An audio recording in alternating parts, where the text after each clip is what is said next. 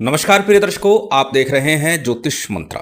प्रिय दर्शकों, भगवान शिव को सर्वे सर्वा कहा जाता है सभी यंत्र मंत्र तंत्र का, और उन्हें विश्वेश्वर भी कहा जाता है, विश्व के स्वामी। भगवान शिव ही सत्य है और सत्य ही शिव है, ये वाक्य प्राय बोला जाता है और इसमें किसी प्रकार का दुराग्रह भी नहीं है कि वही सत्य है, वही शिव है और वही सुंदर है। और आज भगवान शिव के एक ऐसे मंत्र प्रयोग की चर्चा है। यदि आपके जीवन में किसी प्रकार का कष्ट परेशानी लगातार चल रही है, अनेकों अनेक उपाय किए हैं परंतु समाधान नहीं मिल रहा है, तो इस उपाय को अवश्य करके देखिएगा, क्योंकि भगवान शिव के जब उपाय करते हैं तो मानसिक शांति अवश्य प्राप्त होती है। तो जाहिर सी बात है, जब मानसिक शांति मिल रही है इसका तात्पर्य है हमारी समस्याओं से हमें निजात मिल रही है, हम अपनी समस्याओं से बाहर निकल रहे हैं। तो भगवान शिव का ये अमोघ मंत्र है समस्या निराकरण के लिए, चाहे वो तंत्र से संबंधित हो, मंत्र से संबंधित हो,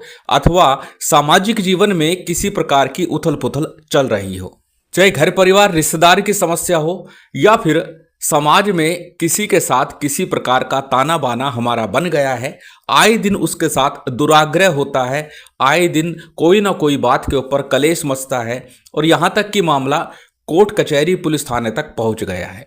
ऐसी सभी समस्याओं के निराकरण के लिए भगवान शिव का ये चिंता हरण सर्व विघ्न शांति निवारक अत्यंत फल प्रदायक मंत्र माना जाता है। जहां तक बात करें मंत्र प्रयोग की, अत्यंत सरल विधान है और वैसे भी भगवान शिव की पूजा का विधान सबसे सरल माना जाता है, इसीलिए इन्हें भोलेनाथ भी कहा जाता है, क्योंकि जो भी और जैसे भी जिस भी भाव से इनकी पूजा करते हैं उसका फल ये अवश्य ही प्रदान करते हैं, चाहे परिणाम कुछ भी हो।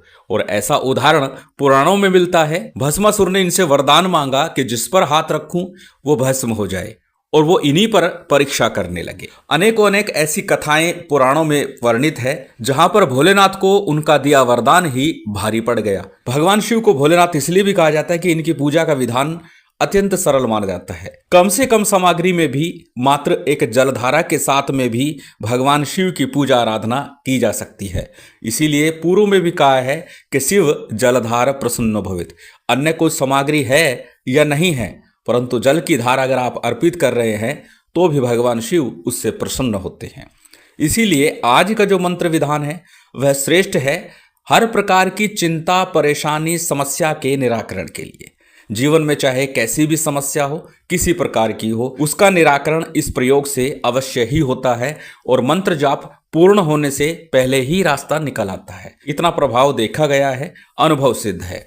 तो चलिए अधिक विलंब न करते हुए जान लेते हैं किस प्रकार से करना है, कब करना है, कैसे करना है, किस विधान के साथ संपन्न करना है। जहां तक बात करें विधि विधान की, तो आरंभ में ही कहा बहुत अधिक क्लिष्ट नहीं है। अपने सामर्थ्य के अनुसार यथा विधि यथा योग्य यथा सामग्री से भगवान शिव का पूजन कीजिए और इस मंत्र का उनके समक्ष बैठ करके जप आरंभ कीजिए। हमेशा की तरह सबसे पहले बात करेंगे साधना की सामग्री की। साधना की सामग्री, पूजन सामग्री सामान्य जो भी आप भगवान शिव की आराधना के लिए ले सके, बेलपत्र, अक्षत पुष्प, धूप दीप नैवेद्य, फल फूल मिष्ठान, सभी सामग्री स्क्रीन पर है। इनमें से जितना संभव हो सके वो ले लीजिएगा।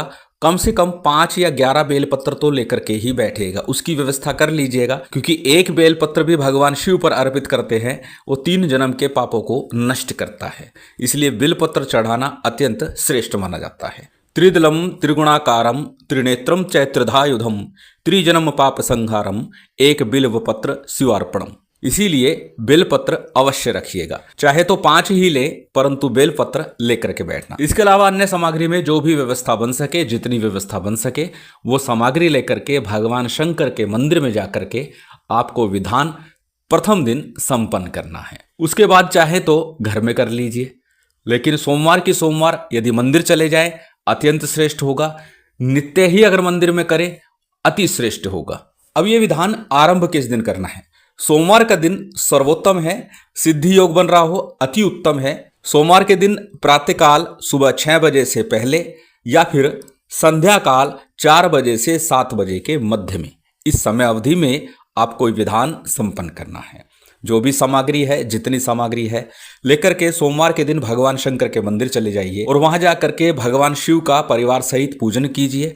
पूर्व में भी बता चुका हूं कि जलपात्र भी जब पूजन करने जाते हैं तो घर से लेकर के जाइए, जिससे आपके घर की नेगेटिविटी है वो साथ जाए और भगवान शिव को अर्पित हो, तो आपके घर से नेगेटिविटी का निष्कासन हो, आपके घर से नेगेटिविटी निकल जाए।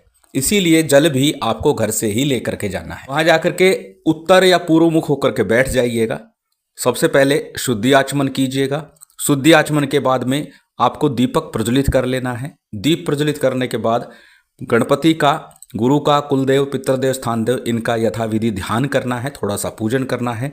गणपति जी शिव मंदिर में साक्षात विराजमान होते हैं, तो उनका पूजन कर लीजिए। इसके अतिरिक्त थोड़े से अक्षत लीजिए, उनके नाम से भगवान शिव को ही समर्पित कर दीजिए। इसके बाद में भगवान शिव का पूजन शक्ति के साथ परिवार सहित कीजिए और उसके बाद थोड़े से अक्षत भैरव जी के निमित्त छोड़ दीजिए। इतना पूजन विधान संपन्न हुआ। इसके बाद में आज का जो मूल मंत्र है इसका आपको जप करना है, परंतु जप से पूर्व एक माला गणपति मंत्र की, एक माला गुरु मंत्र की भी अवश्य कर लीजिएगा। गणपति मंत्र के रूप में ओम गंग गणपते नमः, ओम गणेशाय नमः, ओम विघ्नेश्वराय नमः, ओम वक्रतुंडाय नमः। जो भी मंत्र आप सरलता और सहजता के साथ जप सके उस एक मंत्र का, एक माला का जप करना है। यहाँ तक बात करें गुरु मंत्र की, गुरु दीक्षा के समय मिला मंत्र गुरु मंत्र कहलाता है। यदि आपने गुरु दीक्षा नहीं ली तो भगवान शिव के ही पंचाक्षरी मंत्र अथवा गुरु गोरखनाथ जी के मंत्र ओम गुरु गोरक्षनाथाय नमः, इस मंत्र का एक माला का जप कर लीजिएगा। इसके बाद आज का जो मूल मंत्र है इसका आपको जप करना है। अत्यंत सरल मंत्र है, छोटा सा मंत्र है, याद करने में भी बहुत अधिक समय नहीं लगेगा। और बार बार हर बार बोलता हूं, जब भी कोई मंत्र साधना करें तो पहले मंत्र को अच्छे से कंठस्थ कर लें। मंत्र जब पूर्णतः कंठस्थ हो जाए उसके बाद ही साधना में रत होना चाहिए, साधना में बैठना चाहिए। मंत्र आपकी स्क्रीन पर है, स्क्रीनशॉट ले सकते हैं, किसी कॉपी नोटबुक में नोट कर सकते हैं। मंत्र को एक बार बोल करके बता देता हूं। मंत्र इस प्रकार है, ओम ह्रौम सर्वेश्वराय सर्व विघ्न निवारणाय ना करे रक्षा तो मां शक्ति की यान। ओम ह्रौम सर्वेश्वराय सर्व विघ्न निवारणाय ना करे रक्षा तो मां शक्ति की यान। अत्यंत सरल छोटा सा मंत्र है, शीघ्र याद हो जाएगा। याद करने के बाद ही पुनः कहूंगा जप आरंभ कीजिए। अब कितना जप करना है? इस मंत्र का आपको नित्य 21 माला का जप करना है, 11 दिवस तक लगातार करना है। छोटा सा मंत्र है, 21 माला में बहुत अधिक समय नहीं लगेगा। प्रिय दर्शकों, प्रत्येक साधक चाहता है कि जल्दी से जल्दी प्राप्त हो जाए, परिश्रम करना नहीं चाहता, परंतु बिना परिश्रम के, बिना मेहनत के कुछ प्राप्त भी नहीं होता। 21 माला बहुत अधिक नहीं है। मंत्र जब याद हो जाता है, कंठस्थ हो जाता है, उसके बाद कोई भी मंत्र हो उसे जपने में बहुत अधिक समय नहीं लगता है और ध्यान भी बहुत अच्छा लगता है जब मंत्र याद होता है, क्योंकि नेत्र बंद करके धीमे धीमे उपांशु जाप करते हुए जब हम मंत्र जप करते हैं तो हमारा मंत्र भी शीघ्र फलीभूत होता है। श्रेष्ठतम तो होता है मानस जाप, लेकिन प्रत्येक व्यक्ति मानस जाप नहीं कर पाता, इसलिए उपांशु जाप ही श्रेष्ठ माना जाता है। और इस मंत्र का भी उपांशु अर्थात धीमी आवाज जिसमें होठ हिलते रहें, दूसरे पास बैठे व्यक्ति को आपके मंत्र की आवाज नहीं आनी चाहिए, इसे उपांशु जप कहा जाता है। और इसी जप विधि का लगभग प्रत्येक साधना में अनुसरण किया जाता है। जब आपका 21 माला का जप पूर्ण हो जाएगा उसके बाद भगवान की आरती कीजिएगा और जो भी सामान्य सा नैवेद्य है वो अर्पित कर दीजिएगा। अन्य कुछ नहीं है तो गुड़ का ही नैवेद्य अर्पित कर दीजिएगा। नैवेद्य अर्पित करने के बाद जलाचमन कराइए, क्षमा प्रार्थना कीजिए, आसन को प्रणाम कीजिए और फिर साधना से उठ जाइए। इस प्रकार यह प्रयोग आपका 11 दिवस तक लगातार चलता है। 3 सोमवार आपको मंदिर अवश्य जाना है, इस बात का भी ध्यान रखिएगा।